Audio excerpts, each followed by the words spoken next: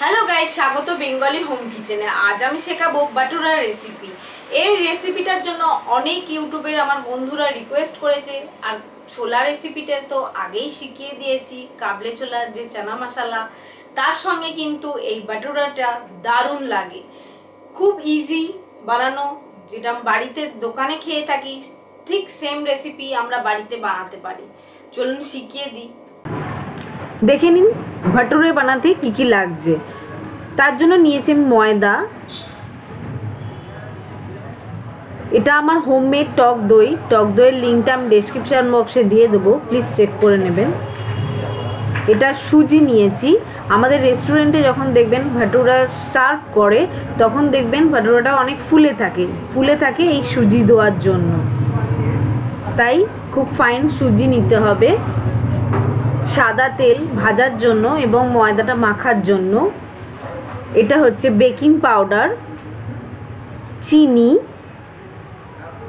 আর নুন, অবশ্যই পরিমাণ মতো। এবার আমি ময়দায় এগুলো সব দিয়ে দিচ্ছি এক এক করে। নুন দিলাম, বেকিং পাউডার দিলাম, চিনি দিলাম, সুজি দিলাম। আমার ইনগ্রেডিয়েন্টসের ডিটেলস কিন্তু ডেসক্রিপশন বক্সে দেওয়া থাকে, অবশ্যই চেক করে নেবেন। আর এই ময়দাটা মাখার জন্য একটু অল্প হালকা গরম জল লাগবে, কুসুম কুসুম গরম জল হলেই হবে। এবার আমি ড্রাই ইনগ্রেডিয়েন্টসগুলো আগে মিক্সড করে নিচ্ছি, তারপর আমি টক দইটা দেবো।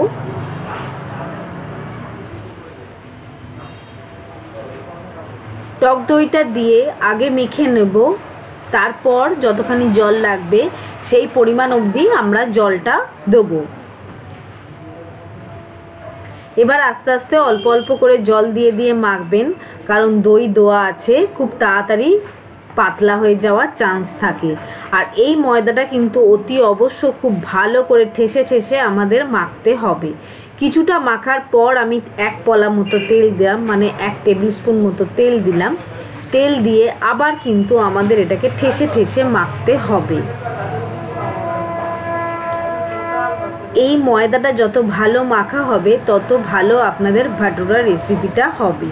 দেখুন মাখা হয়ে গেছে। এবার আমি এইভাবে এটাকে রেখে দিলাম বাটির মধ্যে।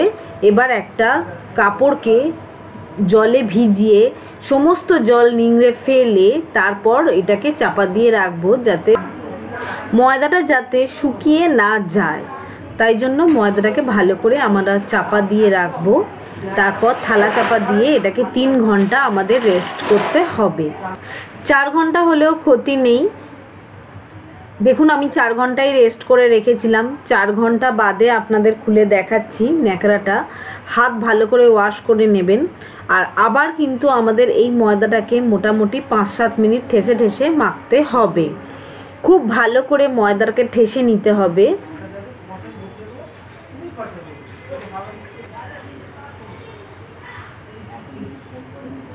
দেখুন ময়দাটা ঠিকঠাক মতো রেডি হয়েছে, বুঝতে পারবেন। এরকম একটা আঙুল দেবেন, দিয়ে একটুখানি চাপলে দেখবেন আবার নিজের জায়গায় ফুলে চলে আসছে ময়দাটা।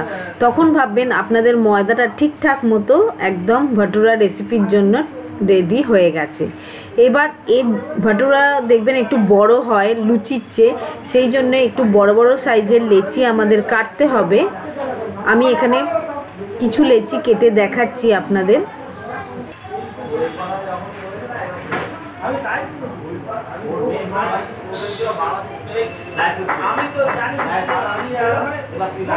এবার আমি একটা চাকি আর বেলুন নিয়ে নিয়েছি। চাকিতে অল্প একটু তেল দিলাম, এটা তেল দিয়ে বেলতে হবে। এটা বেলার জন্য কিন্তু একটু নতুন রকম স্টাইল লাগে।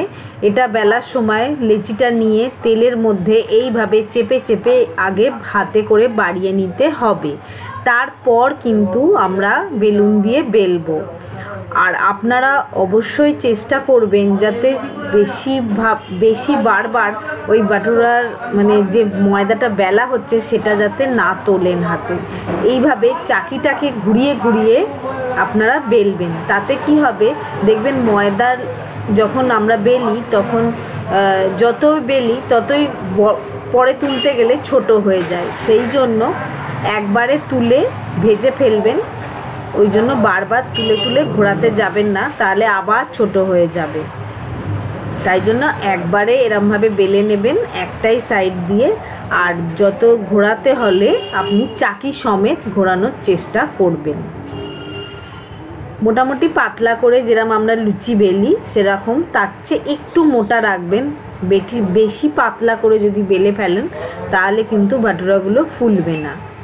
এইবার দেখুন গ্যাস জেলে আমি 1 কাপের একটু বেশি তেল দিয়েছি। তেলটা গরম হওয়ার পর, খুব গরম হতে হবে, একদম স্মোকি হট হতে হবে। সেই রকম গরম হওয়ার পর আমরা একটা একটা ভাটুরা দিতে থাকবো। আর দেখুন সাথে সাথে ফুলে উঠবে, কিন্তু একদম পারফেক্ট লুক হয়েছে। দেখুন আমার এই রেসিপিটা আপনারা অবশ্যই ট্রাই করবেন। এর সঙ্গে তো কাবলি ছোলার রেসিপিটা আগেই আমার আপলোড করা হয়ে গেছে, তার লিঙ্কটাও ডেসক্রিপশান বক্সে দিয়ে দেবো। আর আমার এই রেসিপিটা যদি আপনাদের ভালো লেগে থাকে, আপনারা যদি উপকৃত হয়ে থাকেন, অবশ্যই আমার চ্যানেল সাবস্ক্রাইব করতে ভুলবেন না, যাতে নতুন নতুন ভিডিও আপলোড করলে আপনারা তাড়াতাড়ি দেখতে পারেন। আর আমার এই রেসিপিটা যদি আপনাদের ভালো লেগে থাকে, লাইক করবেন, শেয়ার করবেন আপনার ফ্যামিলি এবং ফ্রেন্ডসদের মাঝে। আর আমার এই রেসিপিটা নিয়ে যদি আপনাদের কোনো প্রশ্ন থেকে থাকে, সেটা আপনারা কমেন্টস বক্সে অবশ্যই করবেন, আমি তার অ্যান্সার দিয়ে দেবো। এবার আমি ছিঁড়ে দেখাচ্ছি, দেখুন ভাটুরার ভেতরে পারফেক্ট হয়েছে কিনা।